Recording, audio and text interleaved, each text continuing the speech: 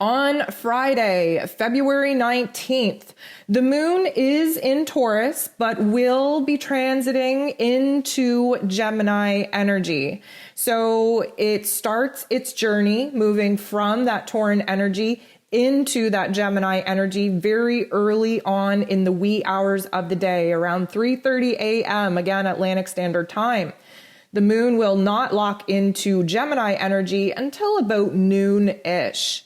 Now, the moon in Gemini is mentally and emotionally stimulating. This Gemini energy rules over the mental plane, but we got to keep in mind that Mercury, that is Gemini's ruler, is retrograde.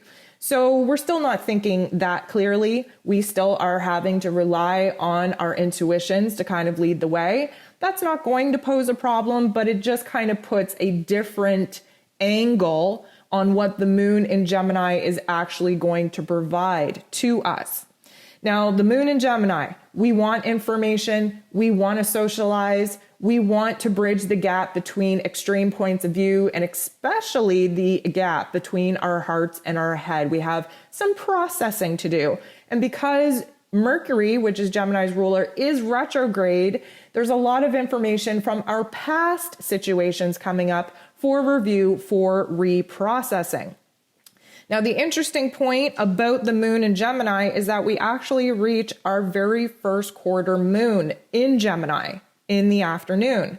And the first quarter moon typically is when we reach our first crisis point from trying to manifest the seeds of intention that we planted under the new moon. So, the moon is starting to be seen again in the sky. It's just a little shimmer and glimmer at this particular point. And because the moon is in Gemini, this is likely going to be a mental block. This is when we see our challenges, our obstacles for the very first time. So the crisis point, we need more information. We need more information in order to take action, because if we make an action without being totally informed, we are going to see the repercussions of our actions come back to bite us in the butt. And that is something that we do not want to do. So there's always an intensity, an emotional intensity that comes with the first quarter moon. And this is an interesting time because the first quarter moon is actually going to be making three different aspects. One being a trine with Pluto, which would suggest that whatever information is being revealed to us at this time, whatever perspectives we are, processing through and trying to change at this time, are going to be very deeply transformative. Pluto is the representation of huge transformations. Again, recognizing where old parts need to die in order for new parts to actually begin. So we have a lot of energy really just going to show us where a shift in perspective needs to take place. And we can definitely blame that on the moon. Another interesting aspect taking place outside of all the moon aspects today is Venus, who is in Aquarius, squaring, which is a tension point, a crisis point, an applied pressure, if you will, with Mars, who is in Taurus. So Venus and Mars are the feminine and masculine divine energies of the cosmos. They are the lovers in the sky, if you will. They spend a lot of time moving and chasing each other throughout the cosmos, throughout the sky. And whenever they make certain alignments, there's a different energy that emerges here on Earth. So Venus, who is in Aquarius, like we've been discussing, is very independent, thinking outside of the box, attracted to new ideas, attracted to new people and things. And Mars is in its detriment in Taurus. It is at its weakest energy level in Taurus. That's why there's so much frustration coming to the surface, because Mars wants to go from point A to point B as fast and as quick as possible, busting through any challenges or obstacles put in its way. And it can't do that in Taurus. Taurus is low and slow. It wants us to be logical and practical in putting the blocks one by one together. And that is just not an energy that Mars likes at all.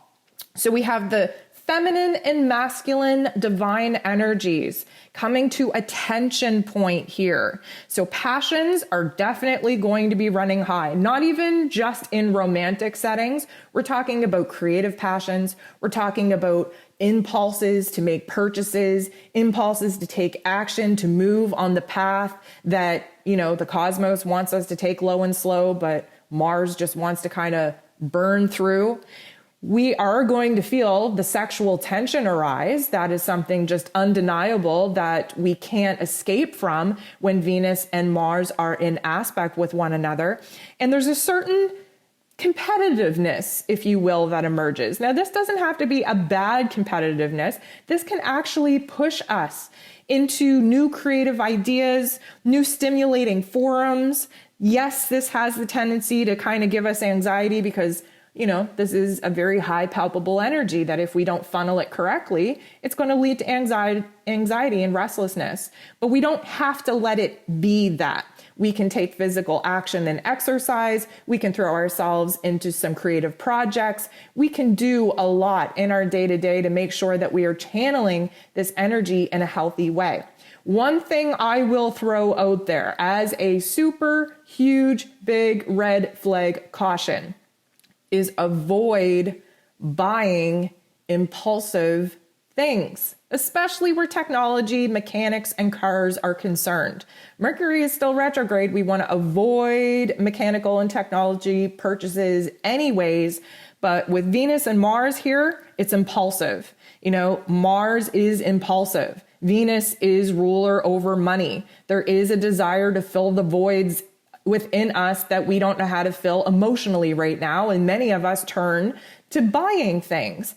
It would not be any kind of advisable to do any of that. You want to avoid spending money, period, under this influence, especially on items that you hadn't contemplated up until now.